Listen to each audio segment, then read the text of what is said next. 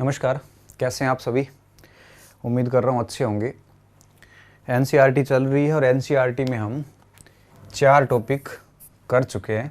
क्या, कब, कहाँ, कैसे। उसके बाद में आरंभिक मानव की खोज में तथा भोजन संग्रह से उत्पादन तक, ये एक ही लेक्चर में हो रखा है, लेक्चर नंबर 2 में। ये लेक्चर नंबर 1 में कर लिया था। उसके बाद में आरंभिक नगर, ये भी हम कर चुके हैं। इसके लिए हमने 2 लेक्चर लिए, लेक्चर नंबर 3 और लेक्चर नंबर 4। उसके बाद में आज हमारा टॉपिक है 5वां टॉपिक, क्या बताती है हमें किताबें और कब्रें। बड़ा इंटरेस्टिंग टॉपिक है, क्या बताती है हमें किताबें और कब्रें। देखो, नाम से ही पता चल रहा है कि इस टॉपिक में क्या होगा, कि किताबें और कब्रें हमें क्या बताती है। मतलब क्या हुआ कि इन किताबों के ज़रिए और कब्र के ज़रिए हमें क्या पता चलता है, यह किताबें और कब्रें हमें क्या क्या जानकारी देती है। इस पूरी टॉपिक के अंदर इन्हीं चीज़ों का समावेशन किया गया है कि किताबें और कब्रें क्या बताती है। तो इस टॉपिक के अंदर जहाँ तक किताबों की बात है, तो किताबों में इन्होंने लिया है ऋग्वेद को। किसको लिया है? ऋग्वेद को लिया है। और जहाँ तक कब्र की बात है, तो इन्होंने इस कब्र के अंदर महापाषाणिक कब्र जो है, मेगालिथिक जो है, उनको लिया है। महापाषाणिक कब्रों को लिया है इसके अंदर, मेगालिथिक। और इसके अलावा इन्होंने एक चीज़ जो और ली है, एक जगह और स्थान लिया है, वो लिया है हमारे इनाम गांव को। तो पूरा लेक्चर इन 3 चीज़ों के इर्द गिर्द है। पूरा का पूरा लेक्चर इस किताब के, इस समाधि के अर्थात कब्र के, और इस एक ताम्रपाषाणकालीन स्थल के इर्द गिर्द केंद्रित है। इस पूरे लेक्चर में 3 चीज़ें मुख्य रूप से हैं और पूर्ण भूमिका में हैं। तो शुरुआत करते हैं इस टॉपिक की। ऋग्वेद के बारे में समझेंगे, महापाषाण है, इनाम गांव समझेंगे। इस टॉपिक के अंदर ये 3 चीज़ें तो शामिल करेंगे ही करेंगे। इसके साथ साथ में हम इससे इतर भी कुछ एक्स्ट्रा जानकारी भी आपको देंगे, ताकि आपका ज्ञान वर्धन हो सके, आपको फ़ायदा मिल सके। एनसीईआरटी की बातें तो आएगी, साथ में हम कुछ अतिरिक्त चीज़ें और दिलचस्प चीज़ें और लाएंगे। कई कहानियाँ जुड़ेंगी, ऋग्वेद के बारे में भी जुड़ेगी, यहाँ भी जुड़ेगी। बड़ा इंटरेस्टिंग टॉपिक रहने वाला है आज का। बड़ा मस्त सेशन होने वाला है ये। बड़े ध्यान से, ध्यानपूर्वक सुनना अच्छे से और इसको समझने का प्रयास करना, तो आपको निश्चित रूप से फ़ायदा होगा। हम भुना रहे हैं इन चीज़ों को, जी रहे हैं। मैंने कभी रटना नहीं सीखा, मैंने कभी शॉर्टकट नहीं सीखे, औपचारिकताएं नहीं सीखी। मेरी पढ़ने की हमेशा से शैली रही है कि मैं गहराई तक जाके चीज़ को बिल्कुल अंदर से निकालता हूँ, ताकि कभी भी प्रश्न गलत होने की संभावना ही नहीं रहती। मैं टेम्परेरी नहीं पढ़ता कि एक बार पढ़ के इसको फिनिश करो, ऐसा नहीं करता। मैं हमेशा उसको इस हिसाब से पढ़ता हूँ कि ताउम्र मेरे काम आती रहे, हर जगह मेरे काम आती रहे। आपको भी मैं यही कहूँगा कि आप भी ऐसे ही पढ़ो। एक तरीका बता रहा हूँ। कुछ स्टूडेंट्स कंटिन्यू कह रहे थे, सर क्लासेस बंद तो नहीं होगी, डिलीट तो नहीं होगी। देखो, मैं बाकी यूट्यूबर्स की तरह नहीं हूँ। मैंने जो प्रॉमिस किया है वो, उस पर मैं कभी पीछे हटता नहीं हूँ, पहली चीज़। तो मतलब ये है कि ये डेफिनेटली पूरी होगी। दूसरी बात, डिलीट वगैरह अगर करनी होती तो फिर अपलोड क्यों करते। तो आप निश्चिंत रहिए, आपका डर जायज़ है, क्योंकि आपने यही देखा है यूट्यूब पे। मेरी क्लासें आती रहेगी, और एक दिन छोड़ के एक दिन के बाद आएगी। मतलब आज आएगी क्लास तो परसों वापस आएगी, अल्टरनेटिव डे आएगी। अल्टरनेटिव डे का कारण ये कि मुझे समय इतना ही मिलता है। सरकारी कर्मचारी हूँ तो डेफिनेटली समय नहीं मिलता, काम भी होता है, बहुत सारी चीज़ें होती है। तो एक दिन छोड़ के एक दिन मेरी क्लास आप तक मिलती रहेगी, तो आप इस भय में ना रहें। इसके अलावा जहाँ तक रिस्पॉन्स की बात है, आप भी काफ़ी अच्छा रिस्पॉन्स दे रहे हो आप सभी स्टूडेंट। लेकिन जो मैं चाह रहा था वो रिस्पॉन्स नहीं है यहाँ पे, क्योंकि मैं चाहता था कि हर एक वीडियोस बहुत सारे स्टूडेंट्स के पास पहुँचे। इतना नहीं पहुँच रहा जितना मैं चाह रहा था। लेकिन मैं ये शिकायत नहीं कर रहा हूँ आपसे कि क्यों नहीं रिस्पॉन्स है। मैं 6ठी क्लास पूरी करवाऊँगा, एक बार रिस्पॉन्स सारा चेक करूँगा, देखूँगा। क्योंकि कई बार क्या होता है ना, एक ग्रेसम हुए थे ब्रिटेन के अंदर, वित्त मंत्री थे रानी के, एक्सचेकर, मिनिस्टर ऑफ एक्सचेकर बोलते हैं ब्रिटेन के अंदर। ग्रेसम ने एक रूल्स दिया था, एक सिद्धांत दिया था। ग्रेसम की बात मैं कभी अगले वीडियोस में करूँगा, कि अच्छी मुद्राएं, बुरी मुद्रा अच्छी मुद्रा को प्रचलन से बाहर कर देती है। क्यों?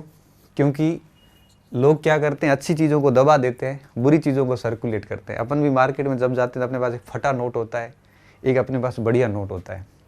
तो जनरली हम प्रयास हमारा ये रहता है, दुकानदार को हम फटे वाला नोट पकड़ाते हैं और अच्छा नोट अपनी जेब के अंदर ही रखते हैं ताकि अच्छा नोट बाहर ना जाए, और बुरा नोट जो है, जो फटा कटा नोट है, वो अपन दे देते हैं उसको।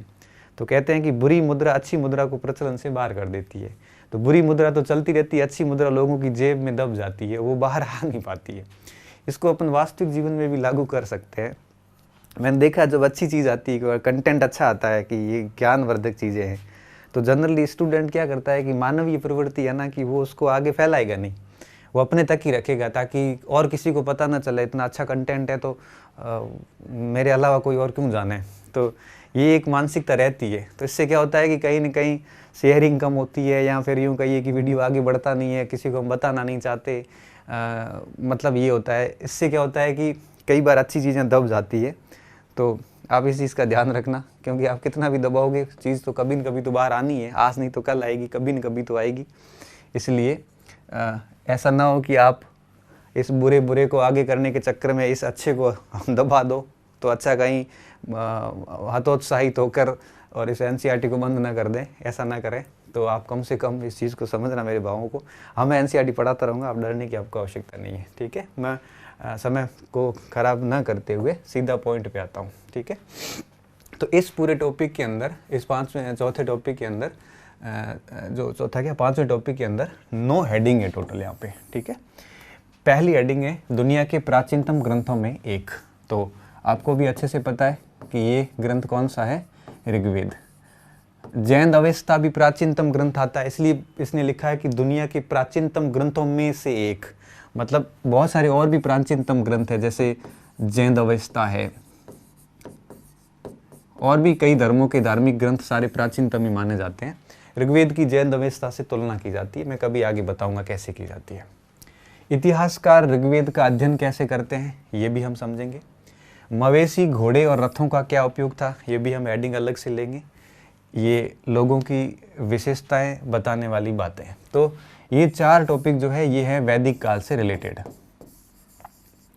वैदिक काल से संबंधित है। उसके बाद महापाषाणों की कहानी, और ये यहाँ तक महापाषाण, असमानताएं और कब्रगाहें, ये तीनों टॉपिक जो है ये है महापाषाण काल से संबंधित। महापाषाण काल और इनाम गांव, ये है ताम्रपाषाण काल।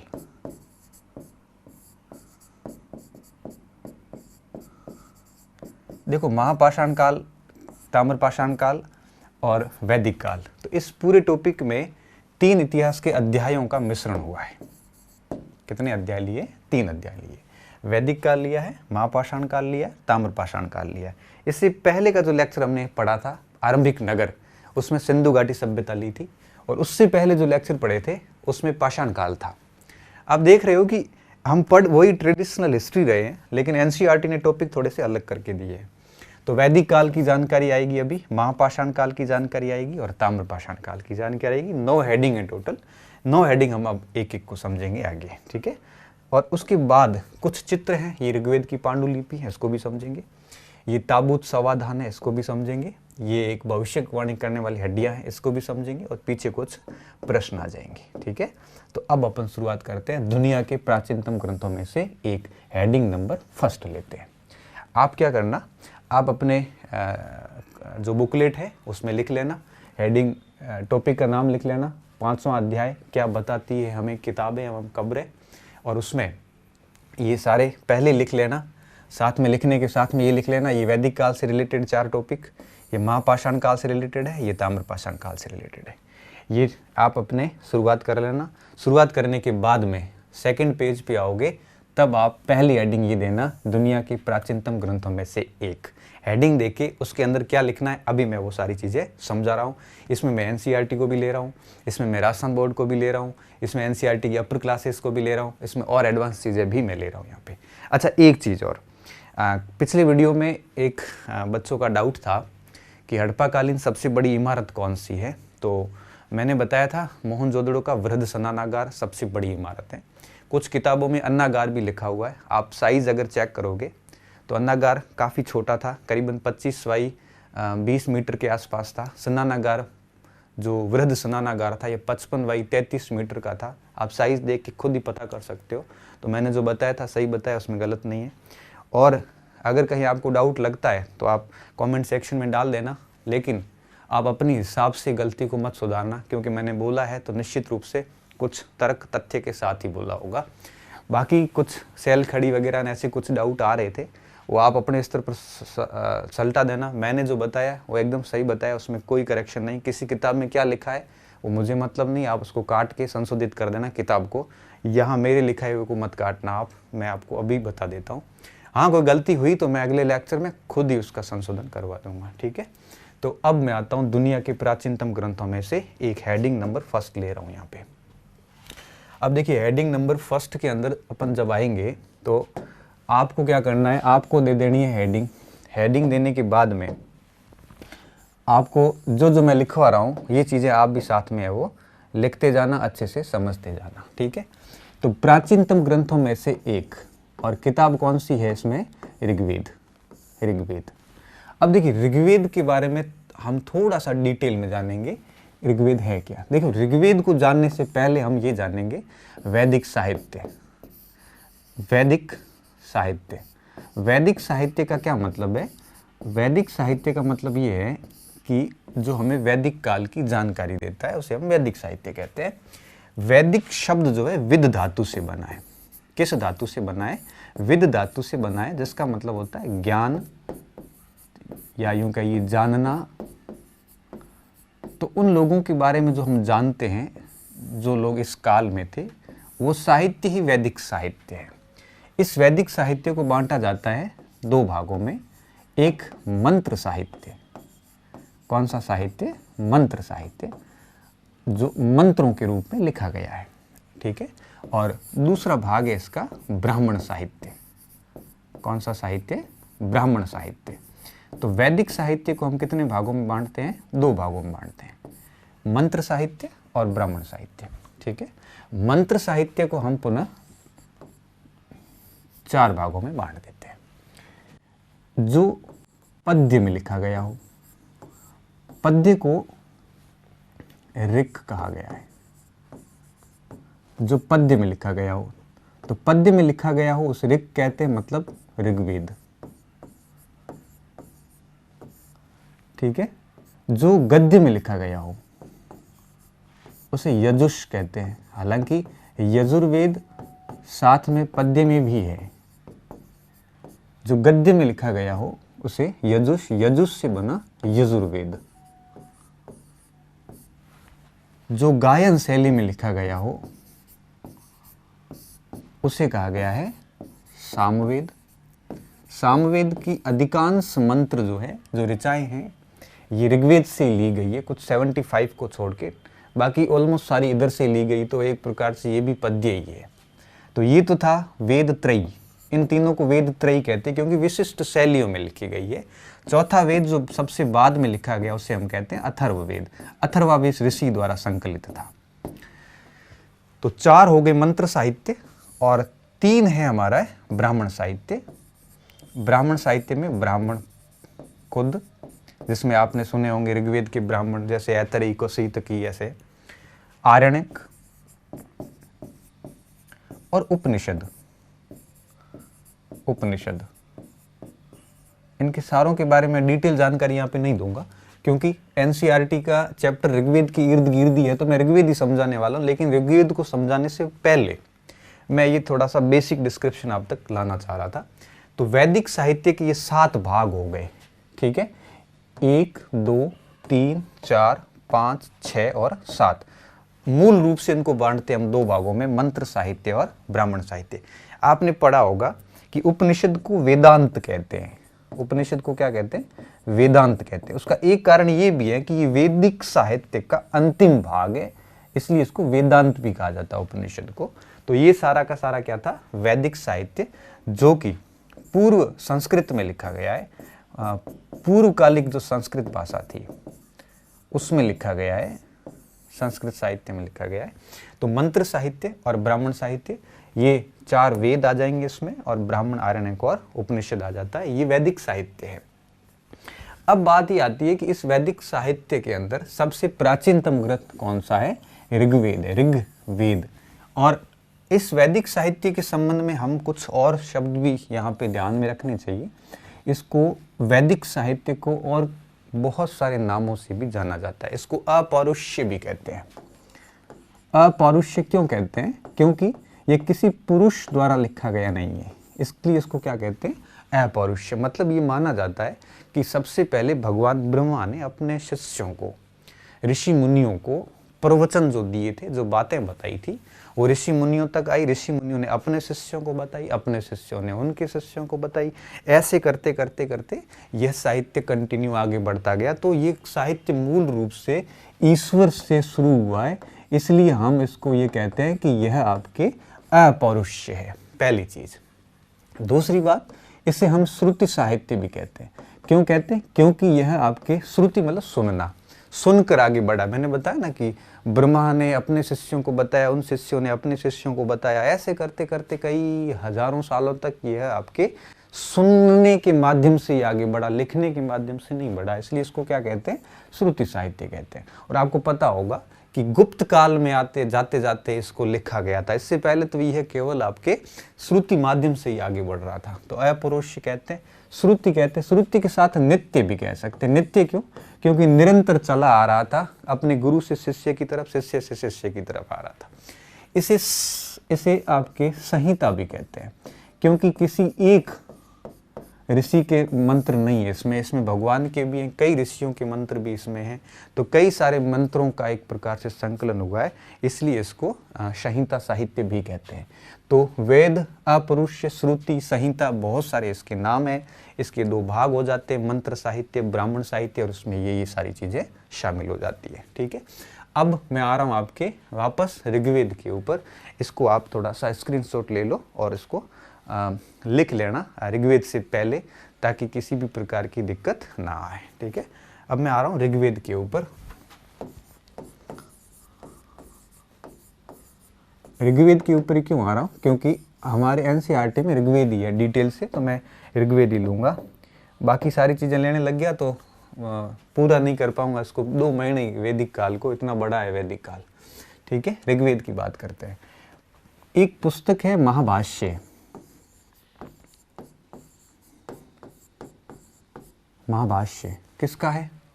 पतंजलि का महाभाष्य, के पाणिनि का महाभाष्य, पाणिनि का अष्टाध्यायी।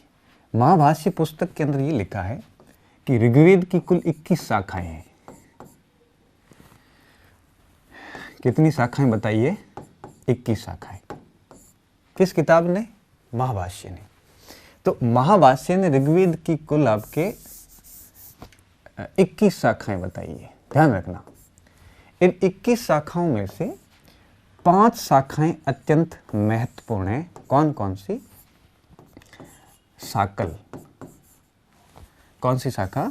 शाकल शाखा, जिसे हम संप्रति भी कहते हैं। संप्रति शाखा। शाकल के अलावा वास्कल शाखा, इसके अलावा अश्वलायन शाखा, इसके अलावा संखायन शाखा, और इसके अलावा मांडुक्य शाखा। मांडुक्य शाखा। तो महाभाष्य ने जो 21 शाखाएं बताई, उनमें से 5 शाखाएं सबसे महत्वपूर्ण बताई है। शाकल, वास्कल, अश्वलायन, संखायन व मांडुक्य। अब देखना, इसमें से हमारे पास जो वर्तमान में अवेलेबल है, उपलब्ध है, वो कौन सी है? शाकल शाखा। ये है शाखा जिसको हम वर्तमान में पढ़ते हैं। ठीक है, अब देखिए, इस शाकल शाखा को अगर आगे मैं और विभाजित करूं तो शाकल शाखा को पुनः यूं कहिए कि 10 मंडल में विभाजित किया गया है। कितने मंडल में? 10 मंडल में शाकल शाखा विभाजित हुई है। कितने मंडल में? 10 मंडल में। इसके कितने मंडल है? टोटल 10 मंडल है। तो हम कई बार पढ़ते हैं ना ऋग्वेद में कितने मंडल है, तो क्या सर 10 मंडल है। अब देखिए, इसमें टोटल जो 10 मंडल है, इस 10 मंडल में से मैं बेसिक जानकारी दूंगा आगे इसकी आपको। अब जो 10 मंडल है इसके बारे में आगे बताता हूं। इन मंडल के अंदर क्या है, इस मंडल के अंदर लिखे गए हैं सूक्त। सूक्त का मतलब क्या होता है? सूक्त का मतलब होता है जो अच्छे से उच्चारित किया जाता हो। सूक्त का मतलब क्या होता है? जो जिसका उच्चारण अच्छे से ढंग से किया जाता हो उसे सूक्त बोलते हैं। अब देखिए, सॉरी सु बड़ा होगा, सूक्त, सूक्त बोलते हैं। तो मंडल में सूक्त लिखे गए हैं। और सूक्त क्या होता है? तब आप कहोगे कि सूक्त के अंदर होते हैं मंत्र। मंत्र, मंत्र को हम ऋचा भी कहते हैं। क्या कहते हैं? ऋचा कहते हैं। अब देखिए, मिनिमम 3 मंत्र और अधिकतम 100 मंत्र। न्यूनतम कितने मंत्र? 3 और अधिकतम 100 मंत्र होते हैं, तब उससे क्या बनता है? सूक्त बनता है। सूक्त, मंडल और मंडल एक संहिता के रूप में इकट्ठे हो रखे हैं। ठीक है, ध्यान से समझते जाना। तो मंत्र क्या है? अब ये जो मंत्र है, इन अगर 3 मंत्र है मिनिमम या 100 मंत्र अधिकतम, तो इतने 3 मंत्रों का ये समूह क्या कहलाएगा? सूक्त। चाहे 80 मंत्रों का समूह, चाहे 99 मंत्रों का समूह, तो मंत्रों का समूह ही क्या कहलाता है? सूक्त कहलाता है। और ये सूक्त मंडलों के अंदर लिखे गए। टोटल मंडल कितने हो गए हैं? 10। पूछा जाए कि सूक्त कितने हैं, तो कहोगे 2 आंकड़े, 1028 या 1017। 17 क्यों? क्योंकि 11 सूक्त ऐसे हैं जो आपके 8वें मंडल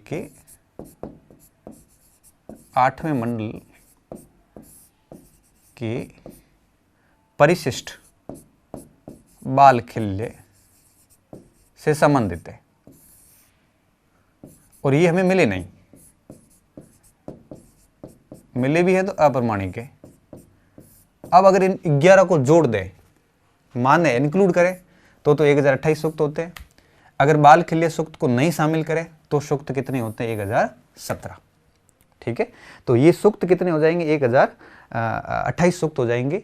और अगर बाल खिल्य को इंक्लूड ना करें तो 1017 हो जाते हैं। अब बात आती है कि इन सूक्तों में कुल मंत्र कितने हैं। तो अब देखिए, मंत्र का आंकड़ा भी यहाँ पे डबल आ जाएगा, क्योंकि 1028 और 1017 सूक्त है, तो सीधी सी बात है, इनमें गड़बड़ आ जाती है। तो मंत्रों का आंकड़ा भी यहाँ पे डबल आ जाता है। एक आंकड़ा आएगा 10,580 का, और एक आंकड़ा आएगा 10,552 का। अब अगर ये कंडीशन है, 1028 वाला मान है तो ये सेट बैठेगा, 1017 का मानेंगे तो फिर आपकी ये सेट बैठ जाएगा। 10,580 और 10,552 ये आंकड़ा है आपके यहाँ पे। हालांकि इतना जल्द कोई सामान्य पूछते, इतना कोई परीक्षा में गलत करवाने की दृष्टिकोण से पूछा भी नहीं जाता। तो मंत्र कितने हैं, तब आप कहोगे कि अगर 3 मंत्र है मिनिमम या अधिकतम 100 मंत्र हैं तो उसको हम सूक्त कहेंगे। टोटल मंत्रों की संख्या बता दी मैंने। सूक्त 1028 है। अगर इसमें से 11 जो बाल खिल्ले वाले निकाल दे हम, तो 11 जैसे बाल खिल्ले के निकालते हैं तो पीछे 1017 बचते हैं। और ये सूक्त कितने मंडल में संकलित है या समाहित है, तो आप कहोगे ये टोटल आपकी कितने मंडल में समाहित है? 10 मंडल में समाहित है। ठीक है, अब देखिए, अब जो पहला मंडल है, ये मंडल आपके 3 देवता। अच्छा, इससे भी पहली एक और महत्वपूर्ण बात हम भूल गए बताना, अभी बता देते हैं। अब जो ये सूक्त है यहाँ पे, ये जो मंत्र है, इन मंत्रों में क्या लिखा गया है? इसमें देवी व देवताओं की प्रार्थनाएं, स्तुतियां हैं। प्रार्थना कहो चाहे स्तुति कहो, क्या है? देवी देवताओं की प्रार्थनाएं हैं, मतलब भक्ति भाव है पूरा। कौन सा भाव है? भक्ति भाव है। इन गीत को गाया भी जा सकता है। तो इस पूरे के पूरे ऋग्वेद के जो मंत्र हैं, इन मंत्रों का विषय क्या है? देवी देवताओं की प्रार्थनाएं, अर्थात स्तुतियाँ, और यूँ कह सकते हैं कि भक्ति भाव से ओतप्रोत हैं ये सारे के सारे मंत्र। और अब देखिए, तो देवी देवताओं से रिलेटेड है। अब जहाँ तक देवी देवताओं की बात आती है, तो सबसे पहला जो मंडल है, इसमें अग्नि, इंद्र क्रमशः और सोम, कोई युद्ध के देवता, अग्नि आग के देवता, और सोम जो थे वो आपके सोम रस पेय पदार्थ के देवता माने गए हैं। आगे इसके बारे में और डिटेल आएगी। तो इन तीनों के बारे में है। दूसरे से लेकर और 7वें के जो भी मंडल है इसे हम ऋषि मंडल कहते हैं। ऋषि मंडल कहो या इसको गोत्र मंडल भी कहते हैं। क्या कहते हैं? गोत्र मंडल। क्यों कहते हैं? क्योंकि किसी न किसी गोत्र से संबंधित है ये। अगर आप चाहो तो मैं यहाँ पे गोत्र के नाम यहाँ लिख लेता हूँ, ठीक है। जैसे दूसरा क्रमवार लिखता हूँ। दूसरा जो मंडल है ये ऋषि ग्रोत्समंद से संबंधित है। तीसरा मंडल जो है ये विश्वामित्र से संबंधित है, ऋषि विश्वामित्र से संबंधित है। चौथा जो मंडल है ये ऋषि वाम से संबंधित है। पांचवा मंडल ऋषि अत्रि से संबंधित है। छठा मंडल ऋषि भारद्वाज से संबंधित है और सातवां मंडल ऋषि वशिष्ठ से संबंधित है, ठीक है। तो अब देखिए ये जो दूसरे से लेकर सातवां मंडल जो है ये आपके 6 ऋषियों से रिलेटेड है, इसलिए इसको ऋषि मंडल भी कहते हैं। ये गोत्र भी है तो इसको गोत्र मंडल भी कहते हैं, ठीक है। दूसरा, तीसरा, चौथा, पांचवा, छठा और सातवां। आठवां मंडल जो है ये कण्व ऋषि को समर्पित है, ठीक है। 9वें में इतना कुछ विशिष्ट नहीं है। और 10वां जो मंडल है इसमें आपने संवाद पढ़े होंगे। यहाँ 3 संवाद है और एक साथ साथ में पुरुष सूक्त भी है, जिसमें पहली बार आपको पता होगा कि किसका जिक्र हुआ है, वर्ण व्यवस्था का, ठीक है। ये 10वां मंडल है। बाकी ज़्यादा मैं यहाँ पे बताऊँगा नहीं आपको, क्योंकि इसकी अपनी सीमाएं हैं। इसको एक्सप्लेन करना शुरू करूँ तो 2-3-4 घंटे लग जाए, पता ही नहीं चले, ठीक है। मैं इसको थोड़ा सा और एक्सप्लेन करता हूँ। तो मंडल हो गया, सूक्त हो गया, मंत्र ऋचाएं हो गई। अब ये जो मंडल है ये मंडल टोटल 10 हो गए। 10 में से 10वें मंडल में 3 संवाद है। कौन से? मैं आगे बता रहा हूँ। 8वां मंडल कण्व ऋषि को समर्पित है। दूसरे से लेकर 7वें तक जो है ये ग्रोत्समंद, विश्वामित्र, वाम, अत्रि, भारद्वाज और वशिष्ठ से रिलेटेड है। पहले में आपके अग्नि, इंद्र और सोम की बातें की गई है, ठीक है। अब देखिए इसमें जो तीसरा मंडल है विश्वामित्र का, इस मंडल के अंदर 2 बातें हमें बहुत ज़्यादा ज़रूरी है, समझनी भी चाहिए। इस एनसीईआरटी ने भी लिखा है। इस मंडल में विश्वामित्र ने सतलज और व्यास, सतलज और व्यास 2 नदियां हैं और इन नदियों को 2 देवियां मानकर इनसे संवाद किया है। तो अगर आपसे कोई प्रश्न करे कि ऋग्वेद के किस मंडल में ऋषि विश्वामित्र ने सतलज और व्यास नदियों को देवियां मानकर उनसे संवाद किया है, तो आपका उत्तर क्या होगा? तीसरा मंडल। कौन सा मंडल? तीसरा मंडल। अच्छा, मैं आगे की स्लाइड में इनमें कुछ संवाद हुए हैं वो मैं बता ही देता हूं, ताकि आप इसका एक स्क्रीनशॉट ले लो आप, ताकि आप इसको अच्छे से जमा के सेट करके, केवल लिखना ही नहीं है बल्कि इसको याद भी करना है, ठीक है। अब देखिए ऋग्वेद के अंदर कौन कौन से मुख्य मुख्य संवाद है वो आपको बताना जरूरी है, मैं बता ही देता हूँ साथ में, ठीक है। पहला मंडल जो है इसमें लोपामुद्रा और अगस्त ऋषि का संवाद है। वह अगस्त्य ऋषि का संवाद है। तीसरा मंडल जो है इसमें विश्वामित्र, ऋषि विश्वामित्र व सतलज व व्यास नदियां, सतलज व व्यास नदियों को इन्होंने देवियां माना है, देवियों का संवाद है, ठीक है। पूरा संवाद एनसीईआरटी ने लिखा है तीसरे मंडल के अंदर, ठीक है। पहले मंडल में लोपामुद्रा हो गया और 10वें मंडल में 3 बड़े महत्वपूर्ण संवाद है। एक एक के बारे में बताता हूं। एक है यम यम्मी का संवाद। यम और यम्मी ये भाई और बहन थे ऐसा माना गया है, और कहते हैं कि यम्मी और यम दोनों भाई बहन थे, और यहाँ पर इन दोनों के बीच में ऐसा कहा गया है कि यम्मी ने यम को शादी का प्रस्ताव रख दिया था। तो बहन भाई के बीच में विवाह का प्रस्ताव यहाँ रखा गया, इसलिए कई बाद के इतिहासकारों ने इसको बिल्कुल कपोल काल्पनिक बताया और वैदिक साहित्य को कलंकित करने का एक कुत्सित प्रयास बताया है। तो यम यमी संवाद के बारे में बताया गया। यम यमी भाई बहन थे और विश्वशान के संतान थे, विश्वशान की संतान थे। तो विश्वशान की संतान थे यम यमी, और कहते हैं कि यम ने यमी से शादी का प्रस्ताव रखा था। लेकिन बाद की इतिहासकार इसको है वो एक प्रकार से बिल्कुल कपोल कल्पित कुत्सित प्रयास बताते हैं। कहते हैं कि एक प्रकार से उसको वैदिक साहित्य के ऊपर कलंक लगाने का कार्य किया है। दूसरा जो है इसमें संवाद वो है इंद्र व इंद्राणी का। इंद्रपति, इंद्र आपको पता ही है युद्ध के देवता थे, वर्षा के देवता, और इंद्राणी इनकी पत्नी थी। इंद्राणी के लिए कई और नामों का यूज भी किया गया। ये पुलोमा की बेटी थी इंद्राणी, पुलोमा की बेटी थी, इसलिए इसको पुलोमी भी कहते हैं, पुलोमी कहते हैं। इसके अलावा इसको सुचि भी कहा जाता है, मतलब सची भी कहा जाता है, पुलमोजा भी कहा जाता है। तो इंद्र व इंद्राणी के बीच का संवाद जो है वो भी इसमें लिखा गया है।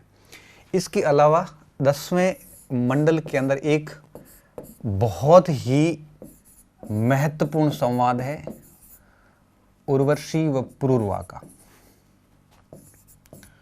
पुरुरवा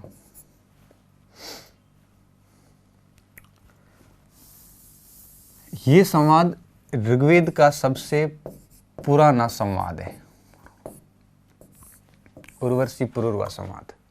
इसकी कहानी मैं आपको छोटी सी बताता हूँ, आप इसको ध्यान रखना, काफ़ी महत्वपूर्ण है हमारे लिए और आपको जानना भी चाहिए ये उर्वशी पुरुरवा संवाद। देखिए, इसको बताने से पहले मैं बता देता हूँ कि ये संवाद ऋग्वेद की 10वें मंडल के अलावा ये शतपथ ब्राह्मण में भी है। इसके अलावा यह संवाद जो है शतपथ ब्राह्मण के अलावा ये महाभारत में भी मिलता है। शतपथ इसके अलावा ये महाभारत में भी मिलता है। त्रेता युग का संवाद है ये। इसके अलावा यह कालिदास के नाटक विक्रमोर्वशीय में भी है। तो कालिदास 3 जगह इसका उल्लेख प्राप्त होता है हमें, और भी जगह होगा। शतपथ में 3 क्या 4 हो गए, 3, और ऋग्वेद के 10वें मंडल में। देखो, पुरुरवा कौन थे? माना जाता है कि चंद्रवंश ही पहले शासक थे, चंद्रवंशी क्षत्रिय पहले शासक थे, ये पहले शासक थे पुरुरवा। ठीक है, पुरु पर्वत पर जन्म हुआ था इसलिए उनको पुरुरवा कहते हैं। उर्वशी कौन थी? तो उर्वशी थी अप्सरा, जो इंद्र के राज दरबार में शोभित थी, इंद्र के दरबार में रहती थी। उर्वशी के बारे में कहानी प्रचलित है कि जब नर और नारायण बद्रीनाथ के अंदर तपस्या में लीन थे, मेडिटेशन में थे, ध्यान अवस्था में थे, तो कहते हैं कि भगवान इंद्र को लगा कि इस तपस्या के से ये ऐसे कुछ मनोवांछित फल प्राप्त कर लेंगे, कई सिद्धियां प्राप्त कर लेंगे, तो निश्चित रूप से इंद्र को कुछ लॉस होता। तो इंद्र ने सोचा कि नर नारायण की तपस्या को अगर मैं भंग कर दूंगा तो निश्चित रूप से उनको फायदा, उनको सिद्धियां नहीं मिल पाएगी। और तब कहते हैं कि भगवान इंद्र ने 2 अप्सराओं को भेजा नर नारायण को डिस्टर्ब करने के लिए, उनमें खलल पैदा करने के लिए। नर नारायण की तपस्या में खलल तो पैदा नहीं हुआ, लेकिन नर नारायण ने उसके बाद एक नई अप्सरा बना दी और उस अप्सरा को भेज दिया इंद्र के दरबार में। वो सबसे खूबसूरत अप्सरा, लावण्य से, रूप लावण्य से, यूं कहिए आकर्षण से, हर मामले में सबसे खूबसूरत अप्सरा बना के भेज दी इंद्र के दरबार में, और उस अप्सरा को हम कहते हैं उर्वशी। तो इस उर्वशी और पुरुरवा की ये कहानी प्रचलित है कि पुरुरवा में, देखो कहानियां बहुत सारी प्रचलित है, लेकिन सामान्य मैं बता देता हूँ। पुरुरवा और उर्वशी को प्रेम हो गया था एक दूसरे से। पुरुरवा और उर्वशी से शादी करना चाहते थे। विवाह से पूर्व कहते हैं कि उर्वशी ने पुरुरवा से 2 शर्तें रखी थी। एक तो ये कि मेरे जो मवेशी हैं उनकी आप रक्षा करोगे, पुरुरवा को कहा, और दूसरा ये कि मैं आपको कभी नग्न अवस्था में देखना नहीं चाहती, नंगा नहीं देखना चाहती, धूप में, प्रकाश वगैरह में, अंधेरे में तो पता नहीं चलता है। तो ऐसी कंडीशन में क्या हुआ, दोनों शर्तें पुरुरवा ने स्वीकार कर ली। और फिर कहते हैं कि इंद्र को ये बात जची नहीं, इंद्र उर्वशी को वापस वहाँ लाना चाहते थे। और उर्वशी का पहले अपहरण भी हुआ था और कहते हैं पुरूरवा ने उर्वशी को छुड़ाया था और उसके बाद प्रेम हुआ। बहुत सारी कहानियाँ मैं संक्षिप्त में बता रहा हूँ। फिर कहते हैं कि इंद्र ने किसी को भेजा उस मवेशियों को उठाने के लिए और कहते हैं कि जब मवेशियों को ले जा रहे थे तो उर्वशी ने कहा पुरूरवा को कि भाई वो मवेशियों को ले जा रहे हैं, आप अपनी शर्त को पूरा नहीं कर पा रहे हैं। तभी पुरूरवा गुस्से में आ जाते हैं, तेज में आ जाते हैं और वो जो है वो रात को अंधेरे में ही बिना कपड़ों के भाग लेते हैं और फिर प्रकाश डाला जाता है इंद्र के द्वारा, तो ये नग्न दिख जाते हैं अप्सरा को, उर्वशी को, और कहते हैं कि उर्वशी पुनः एक प्रकार से पुरूरवा को छोड़ के वापस इंद्र के दरबार में चली जाती है और फिर पुरूरवा तड़पते ही रहते हैं। ऐसी कुछ कहानी जो है वो दंत कथाओं के रूप में प्रचलित है। तो पुरूरवा और उर्वशी का जो ये पूरा संवाद है ये इसके अंदर लिखा गया है। ये ऋग्वेद की पहली कहानी है, एक प्रकार से ऋग्वेद का पहला संवाद है जो यहाँ पे लिखा गया है। त्रेता युग की बात है। उसके बाद में राजा रवि वर्मा ने पुरूरवा और उर्वशी का एक बहुत बढ़िया चित्र भी बनाया था। किसने? राजा रवि वर्मा ने। और यहाँ सबसे इंटरेस्टिंग बात मैं बताना चाहता हूँ कि क्लास थोड़ी बड़ी हो जाएगी, बताना ये चाहता हूँ कि यहाँ पर उर्वशी और पुरूरवा के संबंध में बाद में डी कोसांबी ने रिसर्च किया। आप भी सोच रहे होंगे सर छठी क्लास में कहाँ रिसर्च बता रहे हो? क्लास छठी है लेकिन मेरे लिए इतिहास है और मैं इतिहास में आऊँगा फिर मुझे छठी सातवीं याद आती नहीं है। वर्ष 1851 के अंदर डी कोसांबी ने ऋग्वेद की कुल 18 ऋचाएं का रोमन में अनुवाद किया, अनुवाद करके प्रकाशित करवाई। कितनी ऋचाओं को? 18 ऋचाओं को, जो इस विवाद से संबंधित थी, संवाद से संबंधित थी। और इन 18 ऋचाओं का अनुवाद करवाने के बाद इन्होंने एक किताब लिखी,